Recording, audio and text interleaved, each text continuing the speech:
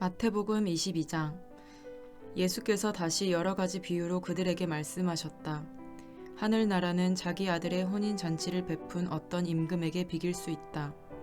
임금이 자기 종들을 보내서 초대받은 사람들을 잔치에 불러오게 하였는데 그들은 오려고 하지 않았다. 그래서 다시 다른 종들을 보내며 이렇게 말하였다.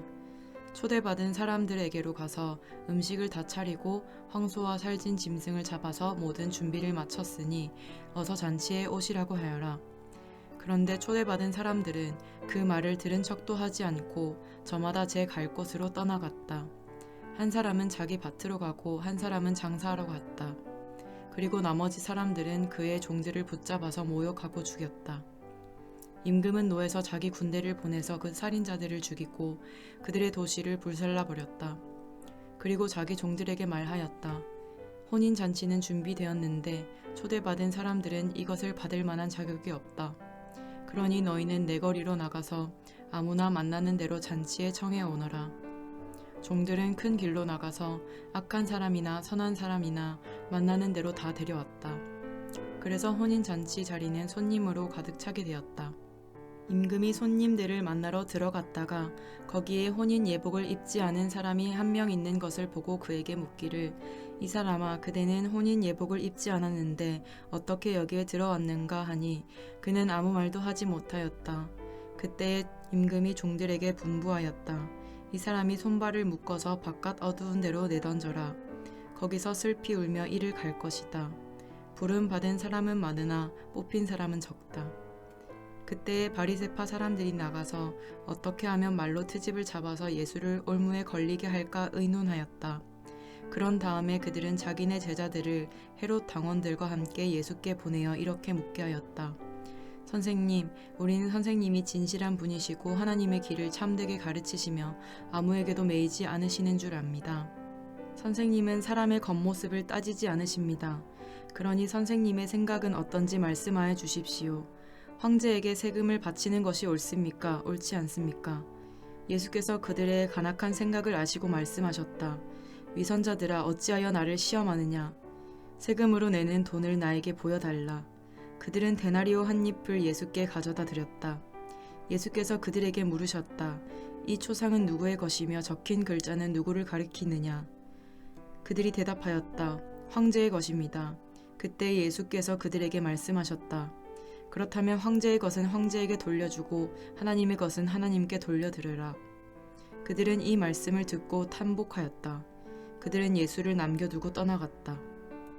같은 날 사두개파 사람들이 예수께 와서 부활이 없다고 주장하면서 예수께 말하였다. 선생님, 모세가 말하기를 어떤 사람이 자식이 없이 죽으면 그 동생이 형수에게 장가를 들여서 그 후사를 세워주어야 한다 하였습니다. 그런데 우리 이웃에 7 형제가 있었습니다. 마지가 장가를 들었다가 자식이 없이 죽음으로 아내를 그의 동생에게 남겨놓았습니다. 둘째도 셋째도 그렇게 해서 7이 다 그렇게 하기에 이르렀습니다. 맨 나중에는 그 여자도 죽었습니다. 그러니 부활 때에 그 여자는 누구의 아내가 되겠습니까? 7이 모두 그 여자를 아내로 맞아들였으니 말입니다. 예수께서 그들에게 대답하셨다. 너희는 성경도 모르고 하나님의 능력도 모르기 때문에 잘못 생각하고 있다. 부활 때에는 사람들은 장가도 가지 않고 시집도 가지 않고 하늘에 있는 천사들과 같다. 죽은 사람들의 부활을 두고 말하면서 너희는 아직도 하나님께서 너희에게 하신 말씀을 읽어보지 못하였느냐? 하나님께서는 나는 아브라함의 하나님이요 이삭의 하나님이요 야곱의 하나님이다 하고 말씀하셨다. 하나님은 죽은 사람의 하나님이 아니라 살아있는 사람의 하나님이시다. 무리는 이 말씀을 듣고 예수의 가르침에 놀랐다.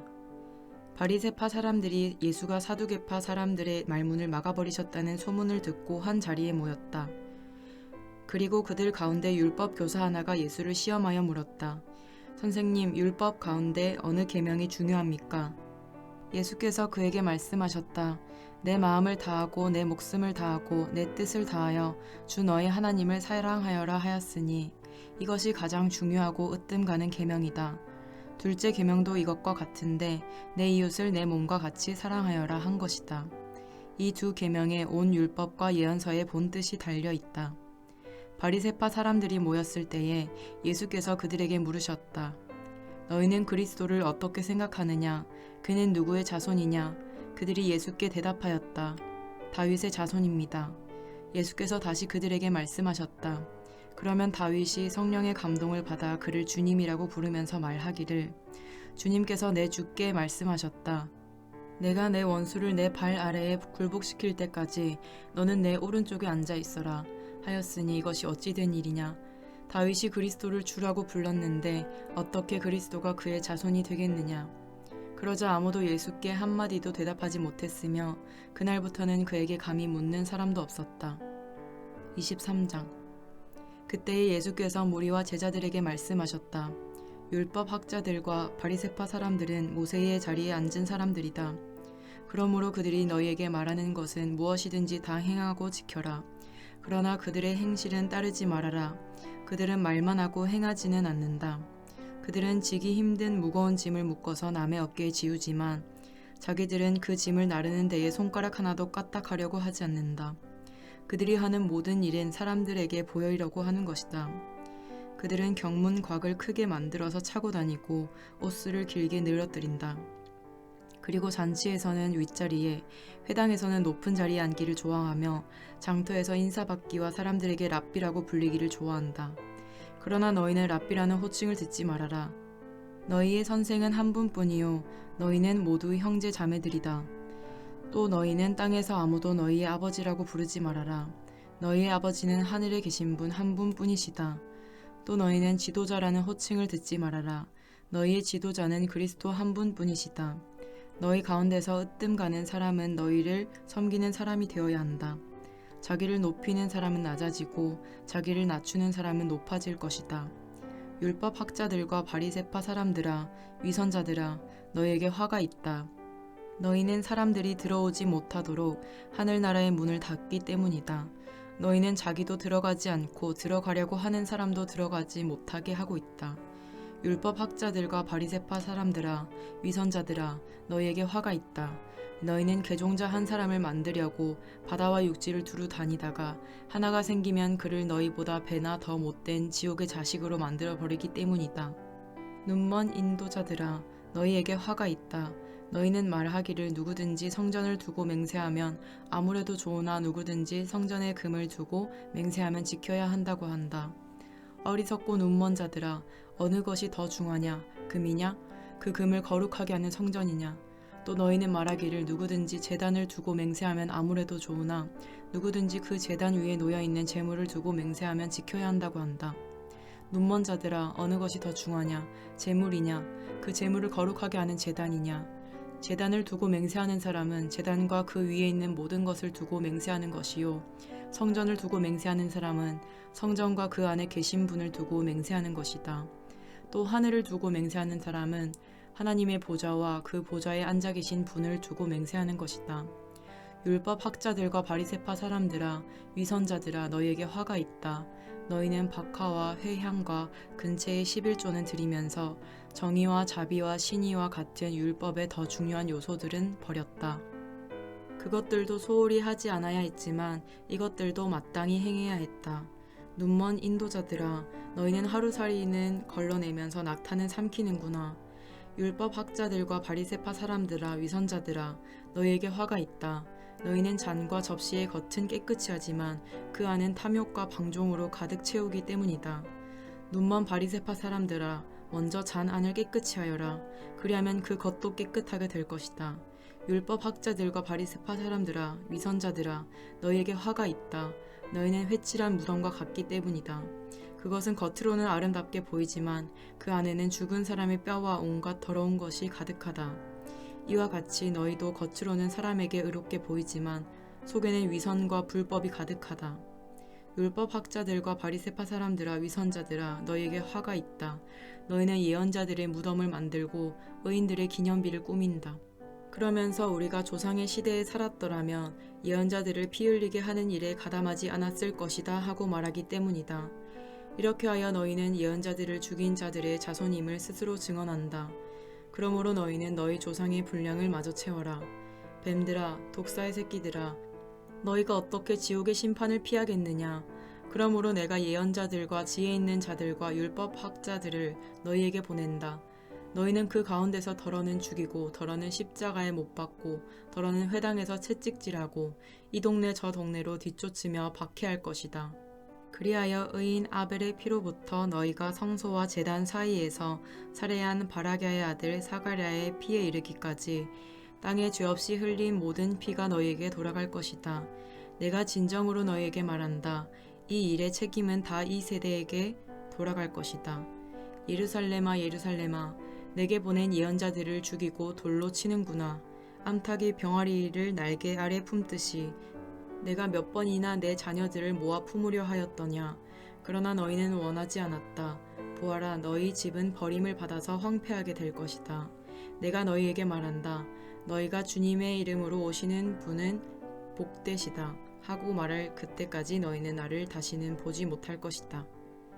24장 예수께서 성전에서 나와서 걸어가시는데 제자들이 다가와서 성전 건물을 그에게 가리켜 보였다. 예수께서 그들에게 말씀하셨다. 너희는 이 모든 것을 보고 있지 않느냐? 내가 진정으로 너희에게 말한다. 여기에 돌 하나도 돌 위에 남아있지 않고 다 무너질 것이다. 예수께서 올리브 산에 앉아 계실 때에 제자들이 따로 그에게 다가와서 말하였다. 이런 일들이 언제 일어나겠습니까? 선생님께서 다시 오시는 때와 세상 끝날에는 어떤 징조가 있겠습니까? 우리에게 말씀해 주십시오. 예수께서 그들에게 말씀하셨다. 누구에게도 속지 않도록 조심하여라. 많은 사람이 내 이름으로 와서 말하기를 내가 그리스도이다 하면서 많은 사람을 속일 것이다.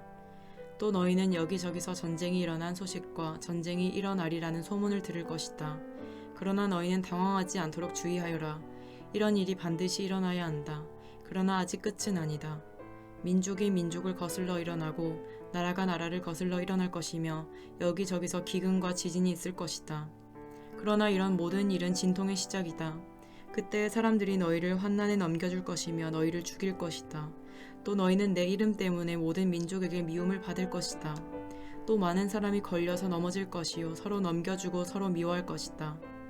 또 거짓 예언자들이 많이 일어나서 많은 사람을 홀릴 것이다. 그리고 불법이 성하여 많은 사람의 사랑이 식을 것이다. 그러나 끝까지 견디는 사람은 구원을 얻을 것이다. 이 하늘나라의 복음이 온 세상에 전파되어서 모든 민족에게 증언될 것이다. 그때에야 끝이 올 것이다. 그러므로 너희는 예언자 다니엘이 말한 바 황폐하게 하는 가증스러운 물건이 거룩한 곳에 서 있는 것을 보거든 읽는 사람은 깨달아라.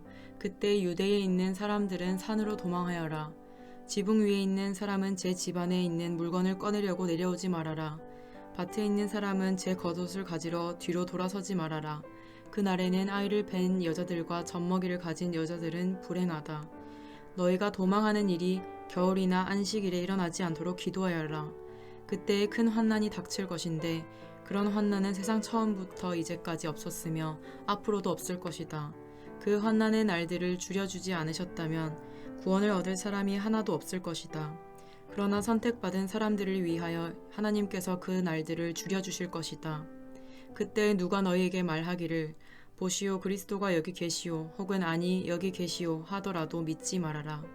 거짓 그리스도들과 거짓 예언자들이 일어나서 큰 표징과 기적을 일으키면서 할 수만 있으면 선택받은 사람들까지도 홀릴 것이다. 보아라 내가 너희에게 미리 말하여 둔다. 그러므로 그들이 너희에게 보아라 그리스도가 광야에 계신다 하고 말하더라도 너희는 나가지 말고 그리스도가 골방에 계신다 하더라도 너희는 믿지 말아라. 번개가 동쪽에서 나서 서쪽에서까지 번쩍이듯이 인자가 오는 것도 그러할 것이다. 주검이 있는 곳에는 독수리가 모여들 것이다. 그 환난의 날들이 지난 뒤에 곧 해는 어두워지고 달은 그 빛을 잃고 별들은 하늘에서 떨어지고 하늘의 세력들은 흔들릴 것이다. 그때에 인자가 올 징조가 하늘에서 나타날 터인데 그때에는 땅에 있는 모든 민족이 가슴을 치며 인자가 큰 권능과 영광에 쌓여 하늘 구름을 타고 오는 것을 보게 될 것이다. 그리고 그는 자기 천사들을 큰 나팔 소리와 함께 보낼 터인데 그들은 하늘 이 끝에서 저 끝까지 사방에서 그가 선택한 사람들을 모을 것이다. 무화과 나무에서 교훈을 배워라. 가지가 연하여지고 잎이 돋으면 너희는 여름이 가까이 온 줄을 안다. 이와 같이 너희도 이 모든 일을 보거든 인자가 문 앞에 가까이 온 줄을 알아라. 내가 진정으로 너희에게 말한다. 이 세대가 끝나기 전에 이 모든 일이 다 일어날 것이다. 하늘과 땅은 없어질지라도 나의 말은 결코 없어지지 않을 것이다. 그러나 그 날과 그 시각은 아무도 모른다. 하늘의 천사들도 모르고 아들도 모르고 오직 아버지만이 아신다. 노아의 때와 같이 이 인자가 올 때에도 그러할 것이다. 홍수 이전 시대에 노아가 방주에 들어가는 날까지 사람들은 먹고 마시고 장가가고 시집가며 지냈다. 홍수가 나서 그들을 모두 휩쓸어 가기까지 그들은 아무것도 알지 못하였다. 인자가 올 때에도 그러할 것이다. 그때에 두 사람이 밭에 있을 터이나 하나는 데려가고 하나는 버려둘 것이다. 두 여자가 맷돌을 갈고 있을 터이나 하나는 데려가고 하나는 버려둘 것이다. 그러므로 깨어 있어라. 너희는 너희 주님께서 어느 날에 오실지를 알지 못하기 때문이다. 이것을 명심하여라. 집주인이 도둑이 밤 몇 시에 올지 알고 있으면 그는 깨어 있어서 도둑이 집을 뚫고 들어오도록 내버려 두지 않았을 것이다. 그러므로 너희도 준비하고 있어라. 너희가 생각하지도 않는 시각에 인자가 올 것이기 때문이다. 누가 신실하고 슬기로운 종이겠느냐? 주인이 그에게 자기 집 하인들을 통솔하게 하고 제때의 양식을 내주라고 맡겼으면 그는 어떻게 해야 하겠느냐? 주인이 돌아와서 볼 때에 그렇게 하고 있는 그 종은 복이 있다. 내가 진정으로 너희에게 말한다. 주인은 자기 모든 재산을 그에게 맡길 것이다. 그러나 그가 나쁜 종이어서 마음속으로 생각하기를 주인이 늦게 오시는구나 하면서 동료들을 때리고 술 친구들과 어울려 먹고 마시면 생각하지도 않은 날에 뜻밖의 시각에 그 종의 주인이 와서 그 종을 처벌하고 위선자들이 받을 벌을 내릴 것이다. 거기서 슬피 울며 이를 가는 일이 있을 것이다. 아멘. 오늘도 주님 안에서 복된 하루 되시기 바랍니다.